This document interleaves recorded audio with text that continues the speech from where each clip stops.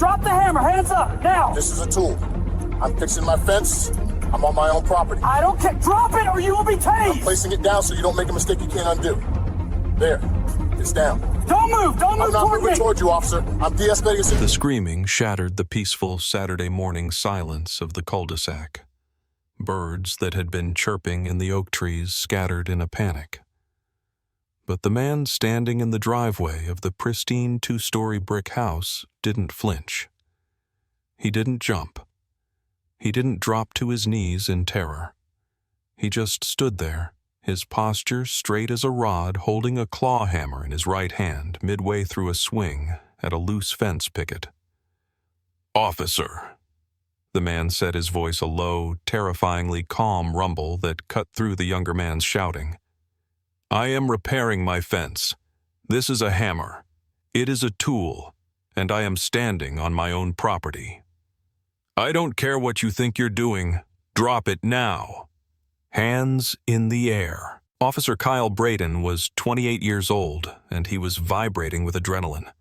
His hand was hovering over his holstered service weapon, his eyes darting around wildly. He saw a threat. He saw a large black man in a tank top and cargo pants holding a metal object. He saw danger. What he didn't see was the perfectly manicured lawn. He didn't see the American flag waving gently from the porch mount. And he certainly didn't see the invisible weight of 30 years of military discipline resting on the shoulders of the man he was screaming at. Marcus Thorne was 62 years old. He was a retired command sergeant major in the United States Army. He had led men through the sandstorms of Iraq and the mountains of Afghanistan. He had stared down warlords, negotiated with tribal leaders, and lost friends in combat. He knew what a threat looked like. And looking at the shaking, pale officer in front of him, Marcus knew exactly who the dangerous one in this situation was. "I am going to place this tool on the fence post," Marcus said, moving with agonizing slowness. "I am doing this so you do not do something stupid that you cannot undo. Don't you move. Do not move toward me." Braden shrieked, stepping back, his boots crunching on the gravel of Marcus's driveway. "I am not moving toward you, son. I am de-escalating a situation you have lost control of." Before we go any further into this story that is going to make your blood boil, I need you to do something for me. Go down to the comments right now and tell me where you're watching from. Represent your state, your country. And if you believe that a man should be safe in his own front yard without having a gun pulled on him, hit that subscribe button. You need to see how this ends, because the mistake Officer Braden is making right now is about to cost the city more money than he will ever earn in 10 lifetimes. Marcus Thorne wasn't just a homeowner. He was a pillar of this community. He had purchased this home 15 years ago with the money he saved from decades of service. He mowed the lawn on Thursdays. He washed his truck on Saturdays. He helped the widow next door, Mrs. Gable, with her groceries. He was exactly the kind of citizen the police were sworn to protect. But on this bright Tuesday morning, Officer Braden hadn't seen a citizen. He had been patrolling the neighborhood, a neighborhood he didn't usually cover, and saw a black man with a hammer near the side of a house. Braden, who had been on the force for just 4 years and had a reputation for being jumpy, decided that this didn't look right. He didn't run the license plate of the truck in the driveway. He didn't observe from a distance. He pulled his cruiser up to the curb, slammed the door, and immediately escalated to lethal threats. Marcus set the hammer down on the flat top of the fence post. He raised his hands slowly, palms open, elbows tucked in. It was the surrender pose, but on Marcus it looked like a challenge. His biceps, still thick from a lifetime of physical training, flexed in the morning sun. He looked Braden directly in the eyes. "My hands are empty," Marcus said. "Now take a breath, officer, and tell me why you are trespassing on my land." Officer Braden didn't take a breath. He didn't de-escalate. In his mind, the fact that this man wasn't cowering, wasn't begging, and was speaking to him with authority was a sign of aggression. It was contempt of cop, the unwritten crime that has led to more unlawful arrests than almost anything else in American history. I'm not trespassing, I'm conducting an investigation, Braden snapped, moving closer but keeping a wide gap, his hand still nervous near his belt. We had reports of suspicious activity in the area, a vagrant vandalizing property.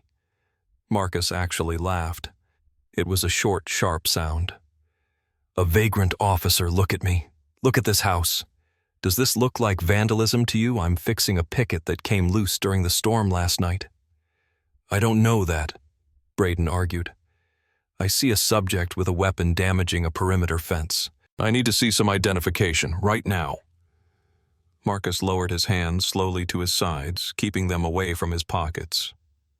Officer, I am not required to provide identification to you on my own property, unless you have a reasonable, articulable suspicion that a crime has been committed, is being committed, or is about to be committed. That is the law in this state. Fixing a fence while black is not a crime. You're refusing a lawful order. Braden's voice pitched up an octave. I am investigating a potential burglary or vandalism. That is my reasonable suspicion. Now let me see your ID or you're going into cuffs for obstruction. You have no suspicion, Marcus countered, his voice steady as a rock. You have a bias. If I were a white man in a polo shirt, you would have waved as you drove by. Instead, you stopped. You saw a black man in work clothes and you assumed criminal. That is a Fourth Amendment violation in the making, son. I suggest you get back in your car and drive away before you ruin your career. The term son seemed to snap something in Braden. He was used to fear. He was used to compliance. He wasn't used to a man in his 60s lecturing him on constitutional law in a driveway.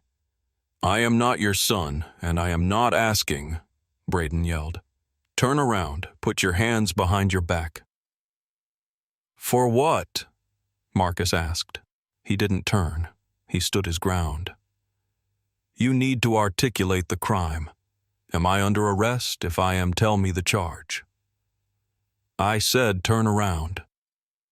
By now, the commotion had drawn attention. The front door of the house next door opened. Mrs. Gable, a woman in her late 60s who had lived next to Marcus for a decade, stepped out onto her porch. She was holding her smartphone and she immediately started recording. Across the street, a man named Henderson, a retired insurance adjuster, came out to water his plants, watching the scene with a frown. Officer, Mrs. Gable called out, her voice shaky but loud. That is Marcus Thorne.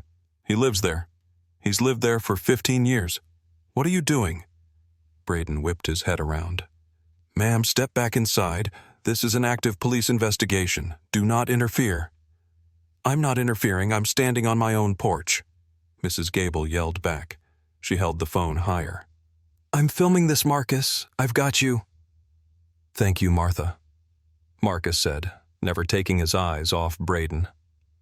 Keep that camera rolling. This officer's having a hard time understanding the concept of private property.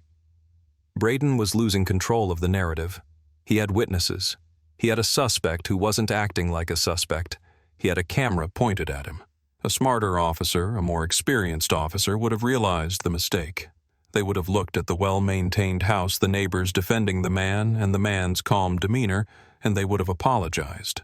They would have said, sorry, sir, just checking on a call, have a good day. But Braden wasn't smart, and right now he felt small. And for a man like Braden, feeling small was the most dangerous thing in the world. He couldn't back down now. If he backed down, he lost. In his mind, this wasn't about the law anymore. It was about dominance. Last warning, Braden shouted, pulling his taser from its holster and pointing the red laser dot at Marcus's chest. Comply, or you will be tased. The sight of the red laser dancing on Marcus's chest changed the temperature of the entire neighborhood. It wasn't a dispute anymore. It was a life or death situation. Marcus looked down at the red dot on his sternum, then back up at Braden. His face hardened. The calm, neighborly demeanor evaporated, replaced by the cold, tactical assessment of a soldier who had survived urban warfare. You have drawn a less lethal weapon on an unarmed man standing on his own property who has made no aggressive movements, Marcus stated. He was speaking for the recording now. He wanted every word captured by Mrs. Gable's phone. I am not a threat. I am not fleeing. I am not resisting. You are escalating force without cause. Get on your knees, cross your ankles. Braden screamed. His hands were shaking. The taser wobbled. I will not get on my knees in the dirt of the home I own, Marcus said. I have bad knees from jumping out of airplanes for this country officer. I am not getting on the ground. I will turn around. I will allow you to handcuff me. But I am doing this under extreme duress, and only to preserve my life, because you are clearly unstable. Do it now. Marcus slowly turned his back to the officer. He placed his hands behind his back, interlacing his fingers. He stood tall, his spine straight, looking at his own garage door. You are making a mistake, Marcus said quietly. A career-ending mistake. Braden rushed forward, holstering his taser and grabbing Marcus's wrists. He was rough, far rougher than he needed to be. He wrenched Marcus's arms up, trying to force the older man to bend over, but Marcus was like an oak tree. He didn't bend. Braden slapped the cuffs on, ratcheting them tight. Too tight. You're under arrest. Braden panted, the adrenaline crash starting to hit him. For what? Marcus asked again. Disorderly conduct, failure to obey a lawful order, resisting arrest. Braden listed the cover charges, the catch-all offenses police used when they didn't actually have a crime, but needed to justify their actions. Braden began to search Marcus. He patted down his cargo pants, his pockets. He was looking for weapons, for drugs, for anything to justify the stop. He found nothing but a small pocket knife legal and a handkerchief. Then he reached into Marcus's back pocket and pulled out his leather wallet. Let's see who you really are, Braden muttered. He flipped the wallet open. The first thing he saw was a standard driver's license. Marcus Aurelius Thorne, 1402 Oak Creek Drive. The address matched the house. Braden felt a cold prickle of sweat on his neck. The man lived here. He was legally at his own home. But Braden pushed that fear down. He flipped to the next flap of the wallet. It was a Department of Defense identification card. Blue. Valid. Rank Command Sergeant Major retired. Next to it was a folded laminated card, a high-level access pass for the nearby military base, the kind reserved for senior personnel and contractors with high clearance. Braden stared at the ID Command Sergeant Major. That was E9, the highest enlisted rank in the Army. A man who managed battalions. A man who answered only to generals. Braden looked up at the back of Marcus's head. He looked at the gray hair cropped close in a military fade. He looked at the scars on Marcus's elbows. He should have stopped, right there. He should have uncuffed him.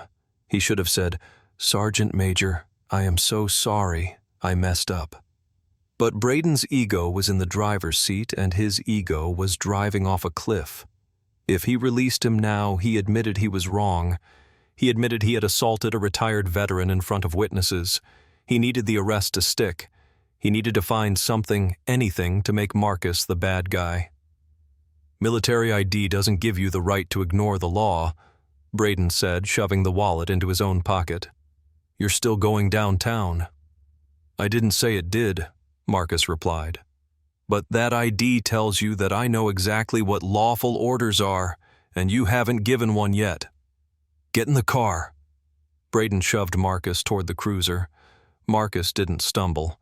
He walked with dignity, despite his hands being bound behind him. Mrs. Gable was still shouting from her porch.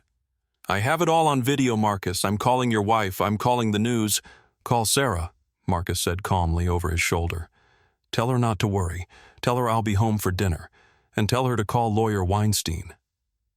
Braden slammed the door of the cruiser. He got into the front seat, sweating profusely. The air conditioning was blasting, but he felt hot. He looked in the rearview mirror. Marcus was sitting perfectly still, staring straight ahead. He wasn't banging his head against the glass. He wasn't screaming. He wasn't pleading. He was analyzing. "You comfortable back there?" Braden asked, trying to sound tough. Marcus didn't answer. He had initiated what he called command silence. In the military, sometimes the loudest thing you could do was say absolutely nothing. It forced the other person to fill the void. It forced them to think about their mistakes. Braden put the car in drive and pulled away from the curb. As he drove out of the subdivision, he picked up his radio. "Dispatch 1 Adam 12, 1 under. Copy 1-Adam-12. What's the 10-19? Braden hesitated. He still didn't have a solid charge. "Disorderly conduct, non-compliance. Suspect was belligerent." "Copy." Belligerent. Marcus smiled internally. He hadn't raised his voice once.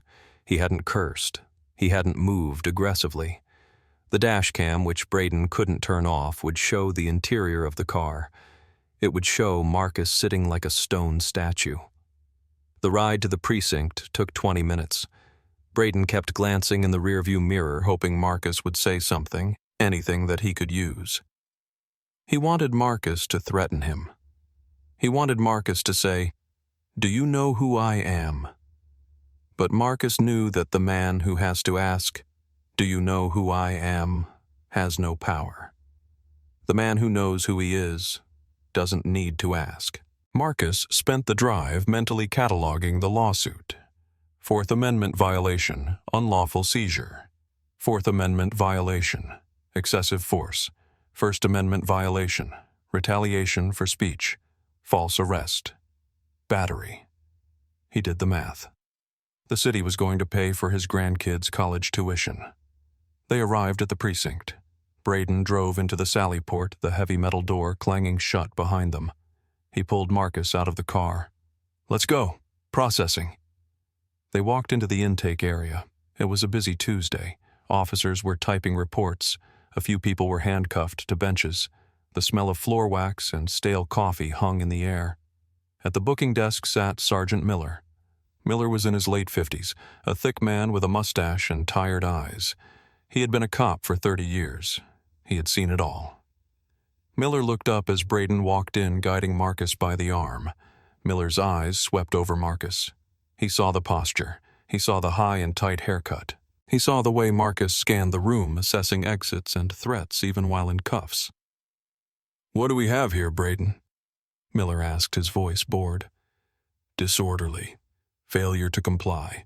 Refused to ID during a suspicious person's stop," Braden said, placing Marcus's personal effects on the counter.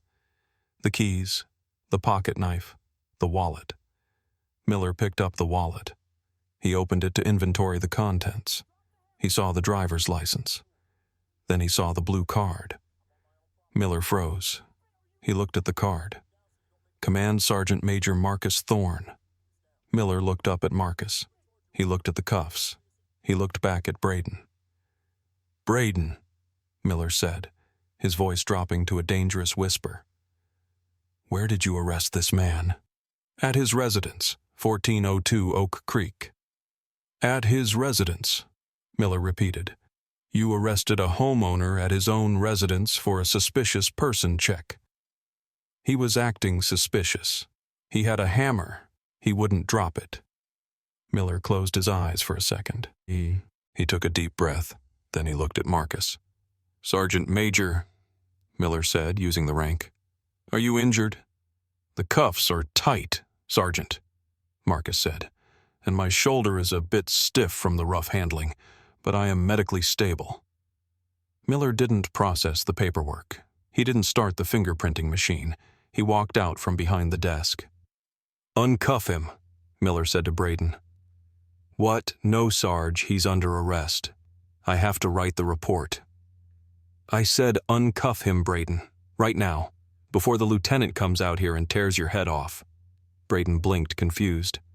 "Sarge, you can't just unarrest someone. He violated—" "I am giving you a direct order, officer," Miller barked. The room went silent. Other officers stopped typing. "Take those cuffs off."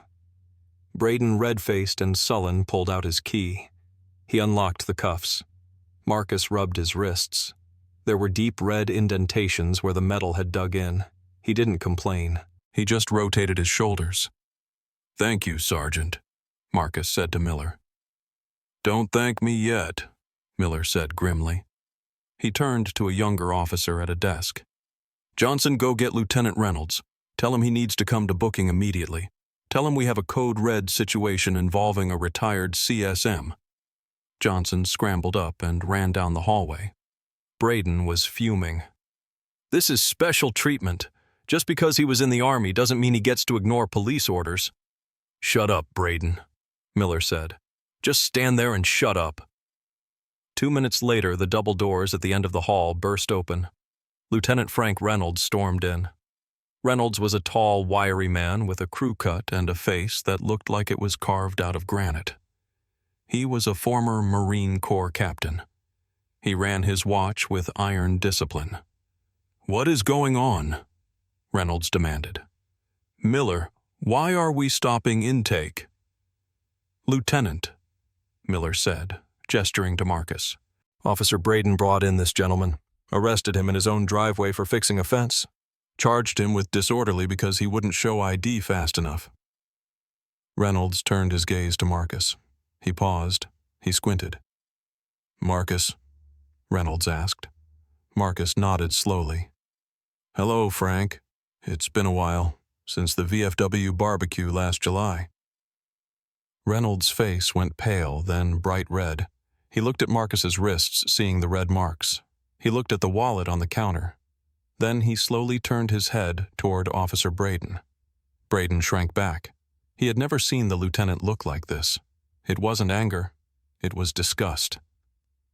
"Officer Braden," Reynolds said, his voice deceptively quiet. "Please explain to me why you have handcuffed and arrested a decorated war hero, a man who sits on the board of the local Veterans Association, and a personal friend of the mayor for standing in his own driveway." "Sir, I didn't know who he was," Braden stammered. "He was acting suspicious. He had a hammer. I told him to drop it and he gave me attitude. He was resisting." "Did he attack you?" Reynolds asked. "No, but..." "Did he run?" "No, but..." "Did he threaten you?" "He was being verbally belligerent. He was challenging my authority." Reynolds stepped into Braden's personal space. "Your authority. You don't have authority, Braden. You have a responsibility, and you just violated it. You arrested a man for contempt of cop. You manufactured a crime because your feelings got hurt." Reynolds turned back to Marcus. "Sergeant Major, please come with me to my office. Miller, bring his effects. Braden, give me your badge and your gun." The room gasped. "Sir," Braden squeaked, "you are relieved of duty pending an internal investigation. Badge and gun. On the counter. Now." Braden's hands shook as he unclipped his holster. He placed his Glock 19 on the counter. He unpinned his shield. He looked like a child who had been caught stealing candy. "Go sit in the break room," Reynolds ordered. "Don't speak to anyone. Don't touch your phone. Just sit there and pray that the sergeant major is a forgiving man." Reynolds gestured toward the hallway. "Marcus, please." Marcus walked into the lieutenant's office and stood by the chair. He didn't sit. "Please have a seat, Marcus. Can I get you water, coffee?" Reynolds asked, closing the door. "I will stand, thank you," Marcus said. "And I don't want coffee, Frank. I want accountability." Reynolds sighed and sat behind his desk, rubbing his temples.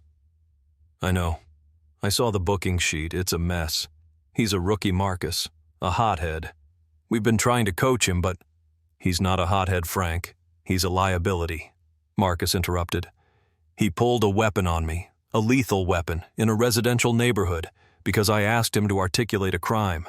If I had flinched, if I had reached for my phone, he would have shot me, in front of Mrs. Gable." Reynolds nodded. "You're right. I'm not defending him. I'm telling you he's done. I'm pulling his certification. He won't work here again." "That's a start," Marcus said. "But it's not enough. You and I both know how this works. He'll resign. He'll move 2 counties over and he'll be a cop there. And next time it won't be an old sergeant major he stops. It'll be a 19-year-old kid who gets scared and runs, and that kid will end up dead." Marcus leaned forward, placing his hands on the lieutenant's desk. "I want the body camera footage preserved. I want the dash cam preserved. I want the dispatch logs. I am filing a formal complaint, and my lawyer is filing a federal civil rights lawsuit against the city and Braden personally. I'm not doing this for the money, Frank. I'm doing it because that boy needs to never hold a badge again. Anywhere." Reynolds looked up at Marcus. He knew Marcus was right. He knew the department had a problem, and Braden was the symptom. "I will personally ensure the evidence is locked down," Reynolds said. "You have my word as an officer." "Good," Marcus said. "Now am I free to go, or do I need to post bail for gardening while black?" Reynolds winced. "You're free to go, Marcus. I'll have Miller drive you home. We can keep the arrest record out of the system. Treat it as a detention only." "No," Marcus said firmly. "Process the arrest. I want the record. I want the paper trail. Because when we go to court, I want the judge to see exactly what your officer wrote down. I want the world to see that he charged me with failure to obey because I wouldn't bow down to him." Marcus turned and walked to the door. He stopped and looked back. "You run a tight ship, Frank, usually, but you let a wolf in the sheepdog pen, and he tried to bite the wrong sheep." Marcus was right about the video. Mrs. Gable had uploaded her cell phone footage to social media before Marcus had even left the police station. By the time Sergeant Miller dropped Marcus off at his house, apologizing profusely the entire way, the video had 50,000 views. By the next morning, it had 2 million. The title was simple: "Officer Pulls Gun on Veteran for Fixing Fence." The visual of a young frantic officer pointing a taser at a calm older black man standing in a manicured lawn was undeniable. The contrast in their demeanors was striking. The comments section was a firestorm of outrage from all sides: liberals, conservatives, veterans, civilians. Everyone agreed on one thing: Officer Braden was out of line. The lawsuit was filed 3 days later. It was a masterpiece of legal writing detailing every violation of the 4th Amendment, the 14th Amendment, and state battery laws. The city attorney took one look at the body cam footage, which showed Braden escalating immediately without cause, and told the mayor to settle. "We cannot put this in front of a jury," the attorney said. "A jury will hate him. Marcus Thorne is a war hero. Braden looks like a nervous bully. If this goes to trial, they will give Thorne the keys to the city." The settlement negotiations were short. The city agreed to pay Marcus $750,000. But Marcus had conditions. First, Braden had to be fired, not allowed to resign. This meant the termination would be on his permanent record, flagging him for any future police job. Second, the department had to institute mandatory de-escalation training for all officers, specifically led by veteran community leaders. Third, a public apology. The city agreed to everything. 6 months later, on a crisp autumn afternoon, Marcus was back in his driveway. The fence was fully repaired, painted a brilliant white. The leaves were turning orange and gold. A black sedan pulled up. A young man in a suit got out. It was a representative from the Veterans Legal Defense Fund, a charity that provided legal counsel to veterans who were wrongly accused of crimes. "Mr. Thorne?" the man asked. "Sergeant Major," Marcus corrected gently, shaking the man's hand. "Sergeant Major, we received the wire transfer today. I had to come personally. Sir, $750,000. That's the entire settlement." Marcus nodded. He looked at his house. He looked at his truck. "I have my pension. I have my home. I don't need the city's money, but there are young men and women coming home from service who don't have my rank or my patience. They get stopped, they get scared, and they get railroaded. That money is for them." The young man was stunned. "You're changing a lot of lives with this, sir." "I'm just holding the line, son," Marcus said. "Just holding the line. As the young man drove away, Marcus picked up his hammer. He wasn't fixing the fence this time. He was building a small flower box for Mrs. Gable as a thank you for her quick camera work. He worked in rhythm. Tap, tap, tap. The neighborhood was quiet. The sun was setting, casting long shadows across the lawn. It was the same lawn where he had been handcuffed. The same lawn where he had been humiliated. But as he stood there now, breathing the cool air, he didn't feel anger. He felt a deep, resonant sadness. He thought about Braden. The young man had lost his career because he couldn't master his own fear and bias. He thought about how close he had come to being a hashtag, a memorial t-shirt, a name chanted at a protest. If he had been a little less disciplined, if he had flinched, if he had reached for his ID too fast, it was a heavy burden to carry, knowing that your survival depended not on your innocence, but on your ability to remain calm while a gun was pointed at your face. Marcus looked at the American flag on his porch. It was fluttering in the wind. He had fought for that flag. He had bled for it. And he would continue to fight for what it was supposed to represent: liberty and justice for all, not just for the people who looked like the majority, not just for the wealthy, but for everyone. Even a man fixing his fence on a Tuesday. He put the hammer down. He wiped his hands on a rag. He looked directly into the lens of the story right at you. Justice isn't given. It's demanded. It's fought for. Marcus Thorne won his battle, but the war for accountability goes on. The end. Have you ever been in a situation where authority was used against you unfairly? How did you handle it? Did you remain calm like Marcus, or did you panic? This story had a happy ending, but we know too many that don't. If this story moved you, if it made you think about the men and women who serve our country only to come home to suspicion and bias, please leave a like and share this video. It helps us tell more stories like this. And don't forget to subscribe. We have more stories coming that expose the truth and demand justice. Thank you for watching. Stay safe out there.